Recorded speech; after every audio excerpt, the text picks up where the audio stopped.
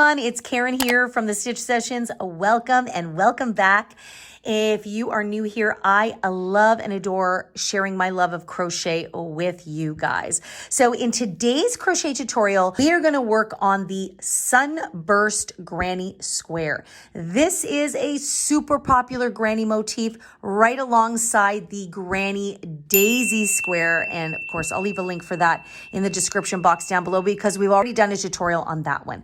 And I figured with summer, with it being spring and summer just kind of on its way, I know the Sunburst Granny Square is just super popular and a fun motif to work on. So it consists of, the actual sunburst part consists of 3 rounds. And you can do this, as you can see here, you can do this in a multicolored square. Some people opt to do it in a solid color square. So it all depends on the look that you're going for and the theme that you want to make it in. So the sunburst portion itself is created using 3 rounds, as I said. So the first round is going to be double crochets. The second round is going to be created using puff stitches. And the third round is going to be created using cluster stitches. So if you're a little bit newer, this is a fantastic motif to really get familiar with these different types of stitches and get more comfortable with it in a fun and creative way. And then the 4th round is where we square off the starburst, or I keep calling it a starburst. Some people call it a starburst. Most people call it a sunburst. But the 4th round is where we take the circular shape and turn it into a square.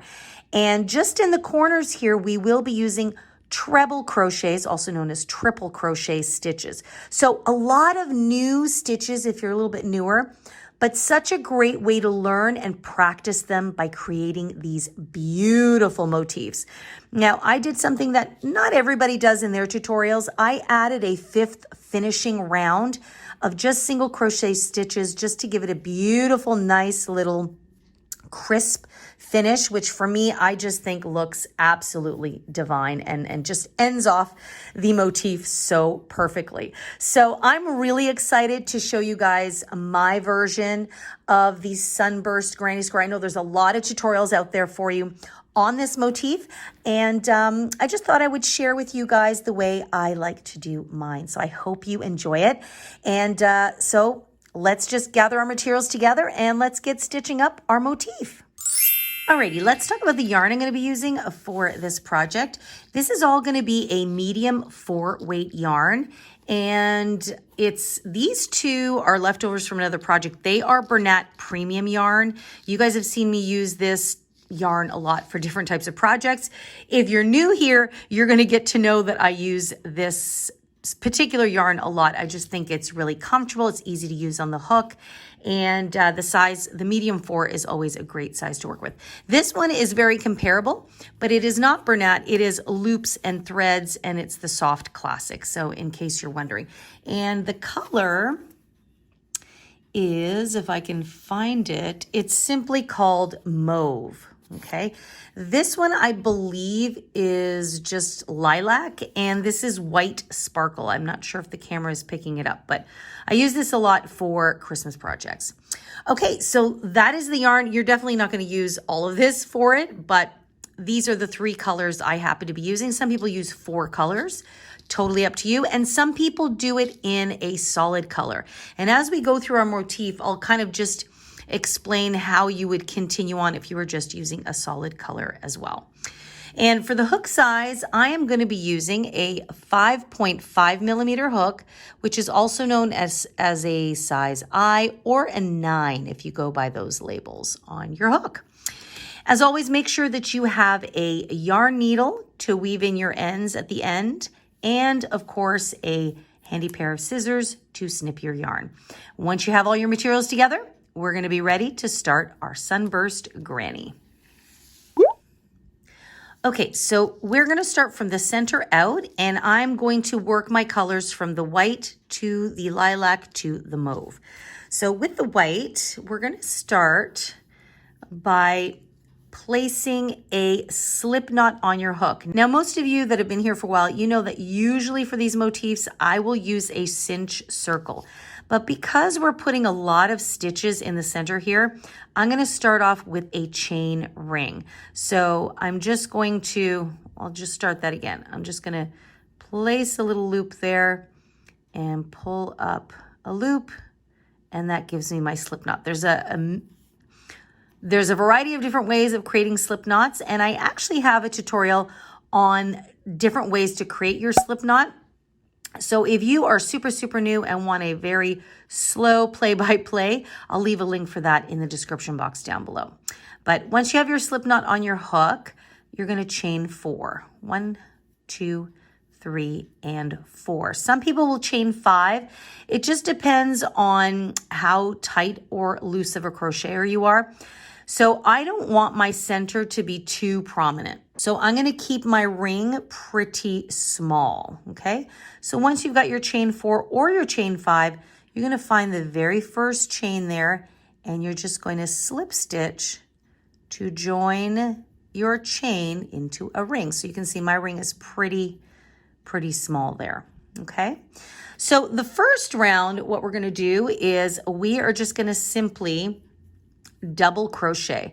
So what I'm going to do is I'm going to chain 2, and this chain 2 in this particular project is not going to count as anything. This is just the way I like to do certain motifs. It just helps to hide our seam a little bit. So we're going to ignore that chain 2. It's just giving us a little bit of height.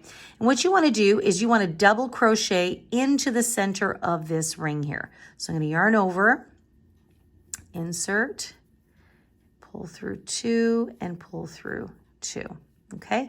And I'm going to continue to do this until I have 16 double crochets in the center of my ring. And remember that chain 2 does not count as anything. Okay, and this is the 16th stitch I have here, and you can see that that ring stretched out. I don't know why that there's a little bit of discoloration on this yarn here. So you can see that the ring has stretched out. So if it were up to me, I probably would have even done a chain 3. Okay, so if you're worried about the chain not being big enough for your stitches, don't worry at all, because it does tend to stretch. So I've got my 16 double crochets. Now what I'm going to do is I'm going to find the top of the very first stitch. So I'm going to ignore that chain 2. I'm going to insert my hook, and I'm going to slip stitch to join. So round 1 is complete, and I have 16 stitches in total, okay? Now, at this point, I am going to change colors, but I'm going to explain to you what you can do if you're not going to change colors. So if you're not going to change colors, all you're going to do is you're going to simply chain 2 again, and then we're going to begin round 2. Okay, it's as simple as that. But what I'm going to do is I am going to change colors. So I'm just going to back up there. Okay, so it's very simple between changing colors or not. I'm going to snip my yarn, and then I'm going to fasten off here.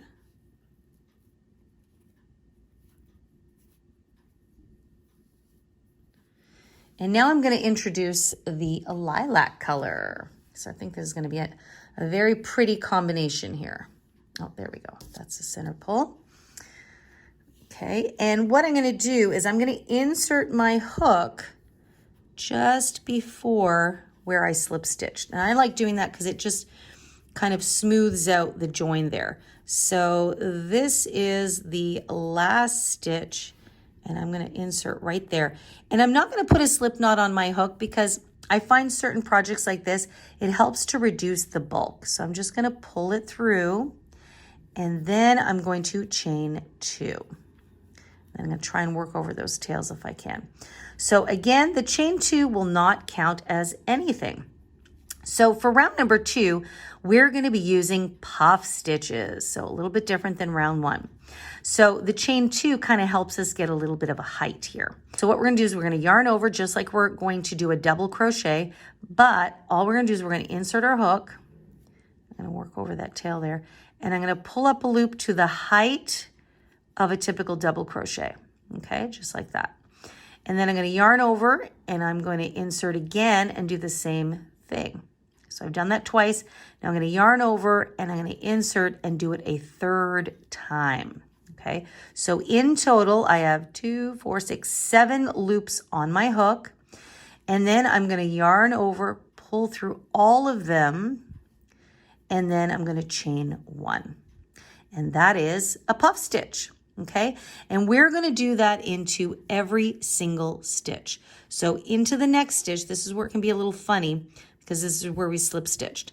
So this is the chain 2. So we're going to ignore that and we're going to go right into where we slip stitched. So we're going to insert our hook. Again, I'm going to try working over that tail or both tails. Then I'm going to pull up that loop to the height of the other stitch. Then I'm going to yarn over, insert again, and do the same thing. And a lot of times I'll use my index finger to kind of keep hold of them just so that they don't shrink back down. Okay, 7 loops on the hook, yarn over, pull through all of the loops, and then we're going to chain 1. Okay, you're going to do that into every single stitch all the way around. So at the end of round number 2, you should have 16 puff stitches, and then of course there's going to be a chain 1 in between all of those puff stitches. So in total, you're going to have 32 stitches, but your puffs will be 16 stitches, and then you'll have a chain 1 in between. Okay, so go ahead and do that all the way around. Okay, so this is my 16th puff stitch. Okay, and then I'm going to chain 1. And it looks something like that. So you have 16 puff stitches. And now I'm just going to go to the top of the first puff stitch. I'm going to ignore that chain 2. I'm going to go into the top of the first puff stitch, and I'm going to slip stitch to join my round. So your work looks something like that. And it's really bothering me. That little speck on that piece of yarn is just really bugging me. Okay, so 16 puff stitches. Now, if you were not changing colors, as I said before, you would then slip stitch over into this chain 1 space. See how there's a chain 1 space in between all of our puffs? You would slip stitch into that chain space, and then you would chain 2 again to begin round number 3. Simple as that. Now, because I am going to be changing colors, I'm not going to do that. I am just going to snip my yarn and fasten off here. Okay, just like that. And now I'm going to bring in my next color, which is the mauve color.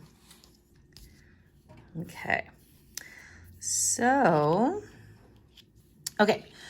now what I'm going to do is I am going to find a chain 1 space somewhere. So remember, this chain 2 gets ignored. So I always like to go just before where I fastened off. So let's go into this chain 1 space. And actually here I am going to put a slip knot on my hook because it's going to be just fine here. So where were they? There we go. So I'm going to go into this chain 1 space here, and I'm going to slip stitch to join. And I'm going to chain 2. And again, the chain 2 does not count as anything. Okay, so for round 3, we are now going to use cluster stitches. So round 1, we had just double crochets. Round 2, we used puff stitches. And round 3 is where we're going to use cluster stitches. And we're going to work into the spaces. And this is where you're going to see kind of sunburst petals, I call them, really come to light. So what we're going to do is we're going to begin as if we're going to do a double crochet. So into that space, we're going to pull up a loop and pull through 2 loops, but we are not going to finish this double crochet. We're going to go back into the space and do it again. So yarn over, pull up a loop, pull through 2 only. So right now we have 2 double crochets that are not resolved. This chain 2 we're ignoring. And then we're going to yarn over, insert, do it again. Just trying to work over that tail there. So we've done it a 3rd time, and now we're going to do it 1 more time. So insert, pull through 2, and now we have 5 loops on the hook. Once you've got 5 loops on the hook, you're going to yarn over, and now you're going to pull through all 5 loops, and that clusters all of these stitches together. That's why it's called a cluster stitch. Okay, so after that, we are going to chain 2, 1 and 2. Okay, then we're going to move into the next chain space. Now remember that chain 2 is just showing there. That doesn't count as anything. We go into the next chain space there. And actually, I'm going to set these tails aside because now we're working into spaces. So I'll weave these in later. So we're going to repeat the same thing. We're going to insert, pull up a loop and pull through 2. That's the first time. We do it again the second time. We do it again a third time. And we do it a fourth time. Just like that. So again, 5 loops on the hook. Then we yarn over, pull through all 5, and then chain 2. Okay? And you're just going to keep repeating that into every single chain space. And at the end of round number 3, you should now have, whoops, I started doing a puff stitch. See that? So at the end of round number 3, you should have 16 cluster stitches. And then between each cluster, you're going to have a chain 2. Okay? So I'm going to leave you to do that. And then I'm going to meet up with you at the end of round number 3. Okay, this is my last cluster stitch. I'm going to chain 2. And now I'm going to find the top of the first cluster stitch. So remember, we're going to ignore the chain 2 we did at the beginning. So we got to find the top of that cluster stitch, which is right there. And I'm going to slip stitch to join. Okay, so round 3 is complete and it looks something like that. So now you can really see how the puff stitches really create this sunburst-like effect. So these are the main 3 rounds that create the starburst effect. So you've got your puff stitches and your cluster stitches. Let me hold it up like that so you can really see the difference. So now you can kind of see it's got a petal-like effect. Now what we're going to do is we're going to take our starburst circle, or I keep calling it a starburst. Some people call it a starburst, I think. It's a sunburst. We're going to take the circle and we're going to transform it into a square shape. And once again, if you are not changing your color, if you're going to do a solid one, you would simply now slip stitch over into the chain 2 space so we could work out of the chain spaces, because that's what we're going to do, is we're going to continue working into the chain spaces. Now again, I am changing colors, so I'm just going to back up here. I'm going to snip my yarn, and what I'm going to do is I'm going to go back to my white color. So that's why I said at the beginning, if you want to do it in 4 colors, you can, and then you've got the starburst, and then your square is a completely different color. But I'm going to go back to my white. And so I'm going to find any, actually, you know what I'm going to do? I'm going to just pause for a moment and weave in all these ends so that way it doesn't confuse you guys. And then I'm going to come back and we're going to start on shaping our circle into a square. Okay, so I've got all my ends woven in. So that's the back and that's the front. Now I'm going to reintroduce my white yarn and we are going to create our square shape. So I am going to start in any chain 2 space. So I'm going to start right here. And I am going to just pull that yarn through and chain 1. And then what I'm going to do is I'm going to chain an additional 6. So I have 1, 2, 3, 4, 5, and 6. And you might be wondering, holy geez, why do we need 6? Well, 4 of these chains are going to count as a treble crochet, and then 3 of them are going to count as our corner space, and you'll see why in just a moment. So I'm just going to push this over a wee bit here to this side. And now we're going to place 3 treble crochets. So this time I'm going to yarn over 2 times, okay? Then I'm going to go back into that chain space. I'm going to pull up a loop. Then I'm going to yarn over and pull through the first 2 only. I still have 3 loops left on the hook. Then I'm going to yarn over, pull through the next 2. I have 2 loops left. Yarn over, pull through the next 2. So that is an official treble crochet stitch. So we've got 3 stitches here that count as a corner, and then these 4 will count as another treble crochet. So right now it's just creating like a little V effect. We are going to place 2 more treble crochets into the same space. So we yarn over twice, insert, pull through 2, pull through 2, and pull through 2. There's our second one. There's our second one, and then we have our third.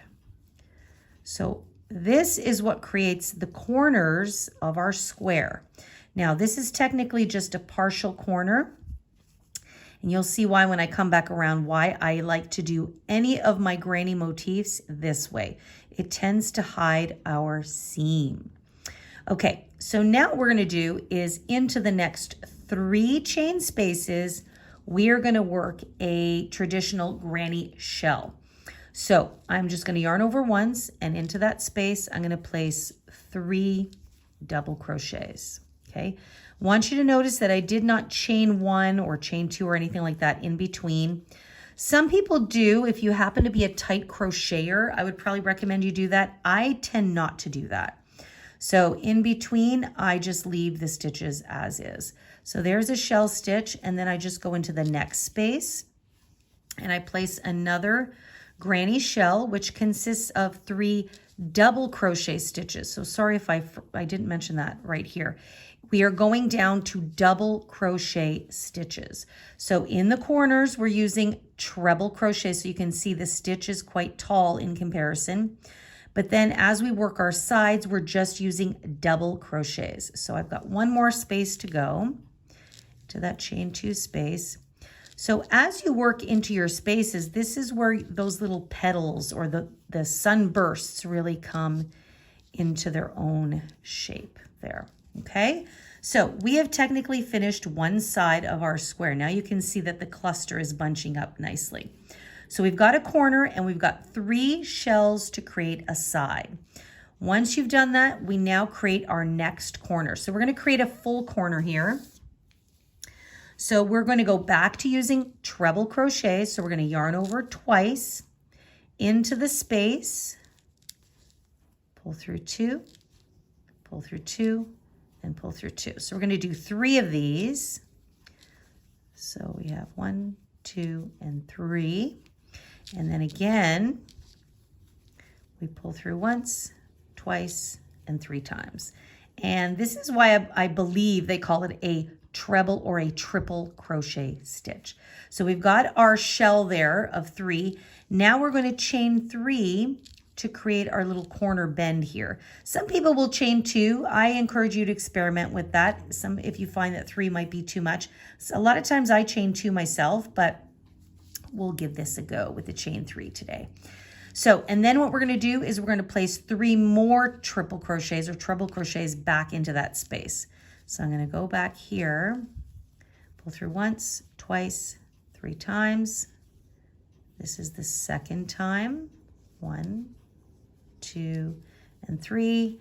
And then the third time is the last time I'm going in.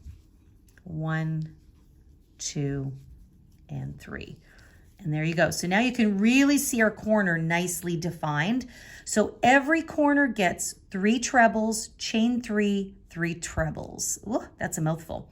So the number 3 is our magic number here. So now we're going to continue on to the next side, and that means into the next 3 spaces, we are going to place a shell stitch of double crochets. So 3 doubles, 3 doubles, and 3 doubles, okay? So each side consists of a corner and then 3 more spaces, okay? So you're gonna continue on and do that. Do your shell stitches, and then into the 4th space, you will do the corner as before.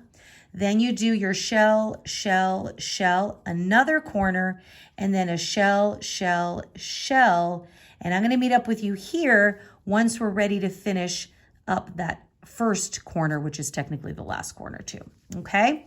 So I'm gonna leave you to do that, and then by the time I meet up with you, you are gonna have something that looks a lot more like a square. Okay, so I've just come back around. So now you can see the actual square shape. And sorry, this is white on white. Just coming up to the end here. And what we're gonna do is we have to finish this corner, because remember, we only started a partial corner. So 4 of these chains counts as a treble. So we need to put 2 more in here. So we yarn over twice, insert, got a little bit of a tail still hanging out there. Okay, so 1, 2, 3, and then again, 1, 2, and 3. And I like doing a partial corner because this way, when you slip stitch, it just blends in very nicely. So we want to find the 4th chain. So we have 1, 2, 3, and 4, and that is where you're going to slip stitch to join.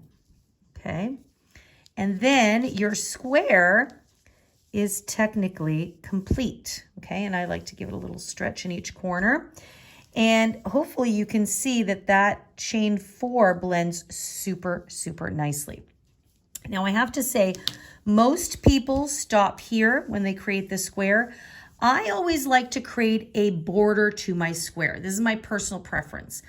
So if you want your white to remain as kind of the frame, then you can keep the color, the white color. I'm actually going to change colors again. And I am going to bring back the purple, and I'm just going to do a nice little subtle finishing border edge. And that's my own little preference. It's not a rule or anything, but to me, this square just feels slightly unfinished in a weird way, okay? So so this was round number 4, okay? And by the way, each side is going to have 3, 6, 9, 12, 15, okay? So we're not counting the chains, we're just counting the stitches. So if each side has 15, your total stitch count at the end of round 4 is going to be 60 stitches, okay? So, and then round 3 was 48 stitches if you included the chain spaces. Round 2 was 32 stitches if you count the chain space, and of course we started off with 16. So each round increased by 16 stitches when we're doing it in the round. And then round number 4 is 60 stitches. So if you want to look for a little bit of guidance on how many stitches you need, that is your stitch count. So if you were to do the finishing round like myself, and you were going to keep the same color, I would now just simply slip stitch into the chain space and then chain 1, okay? And then we're going to begin from here. Now, as I said before, I am going to change my colors, so I'm just going to leave that there. I'm going to snip my yarn here. And actually, I'm going to show you guys a little technique here. When it's very delicate like this, before I slip stitch, I'm actually going to take this out. This is what I call the seamless join, or the invisible join, a lot of people will call it. So I just thread my yarn needle and I go back to the top of that 4th chain and I insert my hook and gently bring it closed. And then I come back in and I go down in through the top of this stitch here. So see how that's a little V there? I go in through the top and down the bottom. And then I just gently snuggle it. And see how that just looks like another little stitch? And then I just weave it in at the end. And I give it a few little kind of back and forths, maybe down that chain there.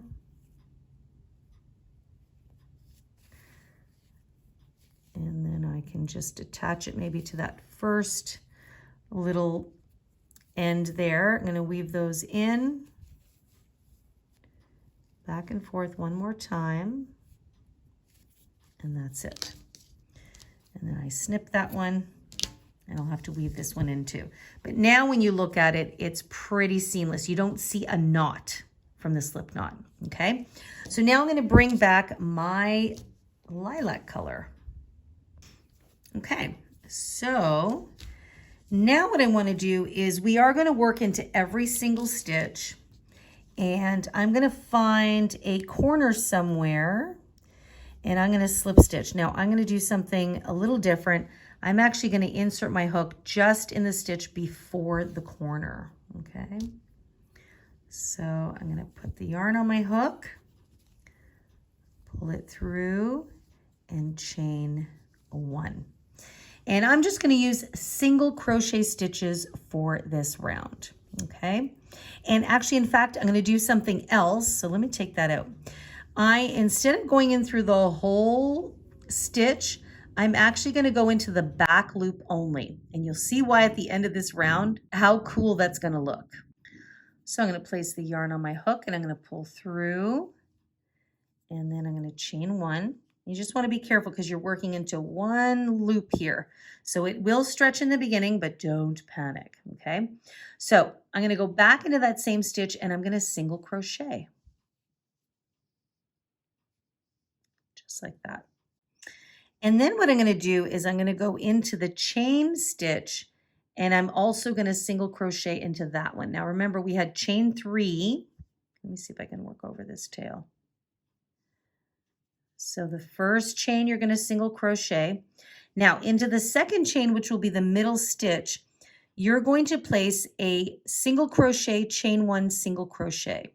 So you're going to insert into that stitch, single crochet, chain 1, and single crochet. And this, for me, is what truly defines the corner. Now, some people say, well, why don't you just work into the space? You can absolutely do that. But for the effect that I'm going for, see how there's a little ridge happening here? If you go into the chain space, the flow of that line gets interrupted. So you'll see kind of as we do a little bit more. So now once you get past that second chain, you just go into the third chain and you single crochet as usual. Okay, I'm going to work over that tail again. And now I've come around the corner. See how you can see it's really taking shape? And now I'm just going to work all the way down, and it's just simply going to be 1 single crochet into the back loop only, into each and every single stitch. So remember, we are not going into the full stitch where you see those 2 loops. We are going to go into that back loop, which is the furthest away from you. Okay, 1 single crochet. And you're going to keep doing that all the way until you get to your next corner.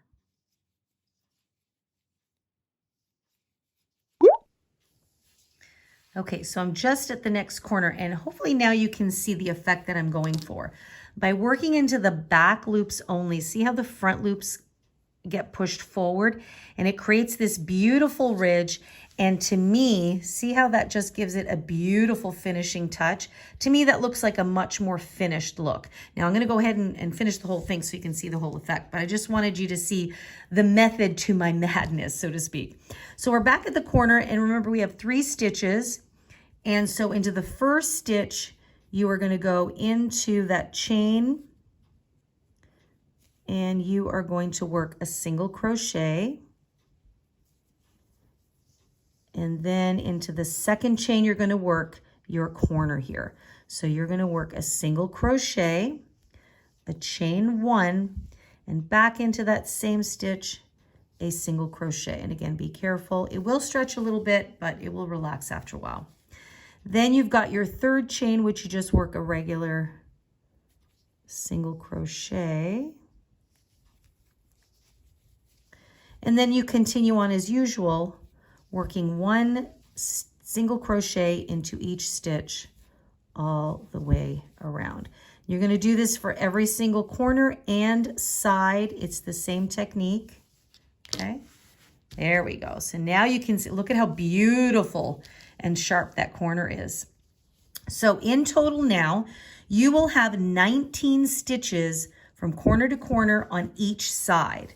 So then at the end of round number 5, you are going to have 76 stitches in total, okay? If you end up having 75 or 77, it's not the end of the world, but you really want to try and aim to have the 76, especially if you're going to make more of these motifs, like you're going to make a blanket or Afghan or even a scarf or something like that.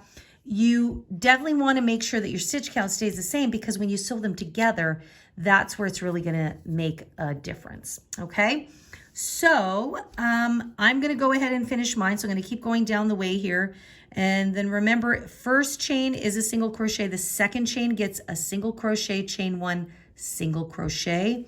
Then you single crochet into the third chain. So just make sure to keep that formula going.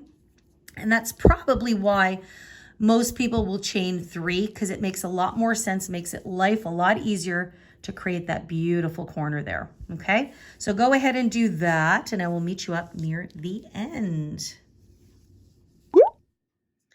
Okay, I'm in my last stitch, single crochet, and now what I'm going to do is I'm going to snip my yarn, leave a little tail, and I'm going to do that invisible join just like I showed you guys before. So I pull all the way through. I did not slip stitch to join. This is most especially an area where I do want a nice smooth join, especially if we're going to make this as part of a bigger project. I want a nice smooth transition. So I'm just going to come to the top of that single crochet. I'm going to insert my hook through the full stitch, just like that. Gently squeeze it in. And then I go back in through the top of this stitch here. So it's kind of like the back loops. And I go right down to the bottom. And then I pull that through, and then I gently bring it in. And see how that just looks invisible? Just looks like a regular stitch. And then I'm just going to weave it in a little bit here. And then our square is pretty much complete. And I like to kind of go down the way here just to make it nice and extra secure. And when you look at it, you cannot tell. See, that's why I don't like a slip knot there, because it's very bulky. Okay, so I'm just going to give this a few more weaves in back and forth just to lock it in. Usually 3 times is pretty good. Just like that. And we are good. Okay. Oops, I need to weave this one in too. Okay, so snip that one and snip this one. And look at our Sunburst Granny Square, guys. Does that not look a lot better with the final single crochet border? Like, come on, that just looks so pretty and defined and just so much more elegant, in my opinion. So, you know, you might want to give it a little bit of a stretch. I always like to kind of pull it from all 4 corners, give it a nice little stretch there, a little hand block. And our Starburst Granny is complete. See, I'm sure it was a lot easier than you thought it was going to be, and it's a great way to get exposed to new stitches. So we had the puff stitches and the cluster stitches. So I hope you enjoyed working on it. And I'm sure you're going to want to whip up a whole bunch of these. You can make all kinds of things. Blankets and Afghans are the #1 thing that most people like to do with these blankets. And by the way, I know we're heading into summer, and people sometimes get a little bit reticent about working on, you know, like a winter type of project, or, you know, what do I crochet in the summer? Who cares? Crochet what you like. If you want to work on an Afghan in the summer, work on an Afghan in the summer. The cool thing about working on cold weather projects in the summer is that you are getting ahead of the game. So by the time the cool weather comes around, your project is done. So don't ever worry about, you know, I don't really want to work on a blanket in the summer. If that's what you feel like you want to do, then go for it. So blankets are the most popular thing. You can definitely make some fun scarves out of this. For those of you that saw my Granny Daisy motif hat, in our Hats All Folks crochet series for this year, that's a mouthful, I believe it was February's project, I created a hat using the Daisy Granny Square motif. So you can also put these together to create hats. And if you're curious about that project, I will leave that linked down below as well. Cardigans are also a super popular item. that people make with this motif. You can make cushion covers. You can do this in cotton yarn and make hot pads. You can make table runners. Like the list goes on. You can make coasters. So there's so many great fun things that you can do with this motif. And I know that our crochet friends out there, you guys absolutely love and adore this motif. And again, I just want to show you the close-up of why I did the back loops only, so you can see this beautiful defined ridge here. And I just think it gives it a nice, classy, elegant finishing touch. And I also did this as well in one solid color. So I'm just showing you guys that here so you can see the difference between, you know, doing it in the multicolors or doing it in a solid color, which looks just as beautiful. And some people might even find it a bit more elegant to have it all as one color. So it's totally up to you. You can get really creative with the colorways that you choose and how your design comes through. So if you have any further questions about this tutorial, please make sure to leave them for me in the comment box down below. I know some of you like to email me directly, so feel free to do that. Absolutely. Email me at info@crochetcrafty.com. And as always, I encourage you to attach a photo of your work so that I can have a closer look at the issue that you may be having, and I'll be better able to help you guys out. And as always, check out the website, crochetcrafty.com. There's a lot of fabulous resource tools there for you, as well as some free written patterns and a link to my Etsy shop if you'd like to further support the channel here. And that's it for this week, guys. I hope you enjoy working on your Sunburst Granny motif. Make sure to tag me in your motifs. I love to see the colors you guys choose. So you can do that on either Instagram or Facebook. You can tag me at The Stitch Sessions. I tend to spend more time on Instagram than Facebook, but I do get the notifications on both, so make sure to do that. So in the meantime, if you've enjoyed this tutorial and you know a friend that is crazy about Sunburst Granny Squares, make sure to share it with them. Give me a thumbs up so I know that I'm on the right track with the types of projects that you like to do.